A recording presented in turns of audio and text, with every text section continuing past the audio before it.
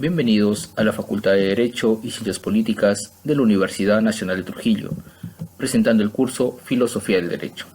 El tema del que vamos a tratar hoy es el positivismo o positivismo jurídico. Para iniciar, hablaremos del origen del positivismo en su corriente filosófica, para luego dar pase al positivismo jurídico propiamente dicho.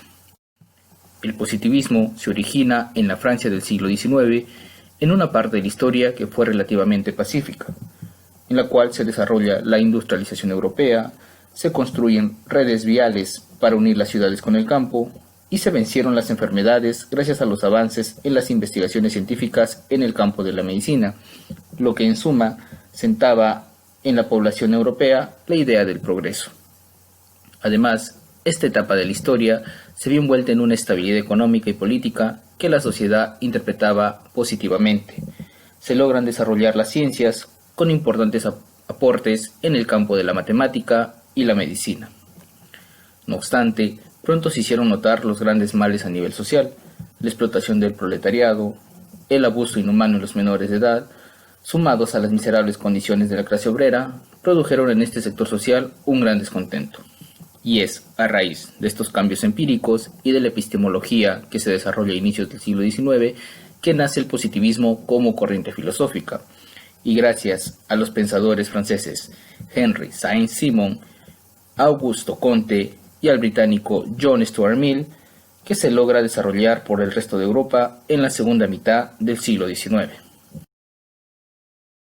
Habiendo conocido los aspectos del positivismo, podemos establecer una relación entre el positivismo filosófico y el positivismo jurídico. El primero basa su objeto de estudio en hechos demostrables y corroborables, mientras que el positivismo jurídico tiene como objeto de estudio la norma jurídica y para ello emplea medios fácticos y descriptibles. Características. El positivismo jurídico se caracteriza por el hecho social, pues estudia aquello que no es resultado de la imaginación, sino todo comportamiento de un grupo social. Objetividad, porque estudia su objeto de investigación, dando cuenta del derecho tal cual es decir, realiza una labor descriptiva. Otra de las características del positivismo jurídico es la plenitud del ordenamiento jurídico, ya que el derecho se entenderá como una construcción completa carente de lagunas normativas aplicables al estudio de la sociedad. Avalorativa, ya que no introduce juicios de valor, sino solo juicios fácticos descriptivos.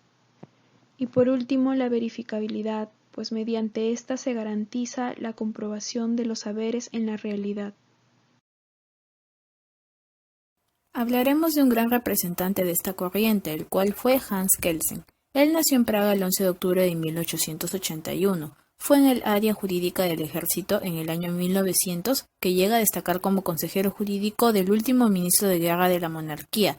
En 1911 se consolidó como catedrático en la Universidad de Viena. Posteriormente prestó funciones en la Corte Constitucional Provisoria. Kelsen tomó parte activa en la organización institucional de Austria como uno de los principales redactores de la Constitución en 1920. El surgimiento del nazismo lo indujo a trasladarse a Ginebra en 1933, donde permaneció hasta 1940, cuando se trasladó a Estados Unidos. Allí enseñó Derecho en las universidades de Harvard y Berkeley. La teoría pura, como su título lo explica, se centrará en principio en la existencia de la pureza metódica, que es la separación del derecho de las demás ciencias. Se fundamenta en el principio de imputación, que permite delimitación entre el objeto de las ciencias normativas y las naturales. Sobre el ser y deber ser, sostiene que de la verificación de un acontecimiento fáctico solo se debe captar su significación jurídica. Ello por una razón lógica: de los postulados del ser no pueden derivarse postulados del deber ser.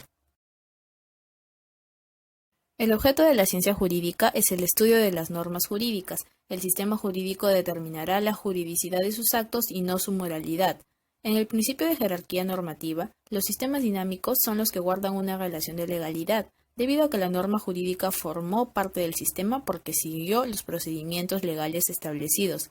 El principio de validez sostiene que la norma adquiere su validez de la norma jerárquicamente superior hasta llegar a la norma suprema, la cual hace posible la coordinación y subordinación en el ordenamiento jurídico. Ahora Ahora pasaremos a ver las diferencias del positivismo jurídico con otras teorías del derecho. En cuanto a sus diferencias con el justnaturalismo, el positivismo por su parte separa el derecho de la moral, concibe como único derecho el que está escrito en un ordenamiento jurídico y niega todo elemento no verificable como la religión o la moral. A diferencia del justnaturalismo, que concibe el derecho como un necesario ejercicio valorativo, para la cual la naturaleza propia del ser humano es superior a cualquier ley positiva y en el que el hombre puede diferenciar entre el bien y el mal. En sus diferencias con el realismo, el positivismo se centra en el análisis del derecho como conjunto normativo.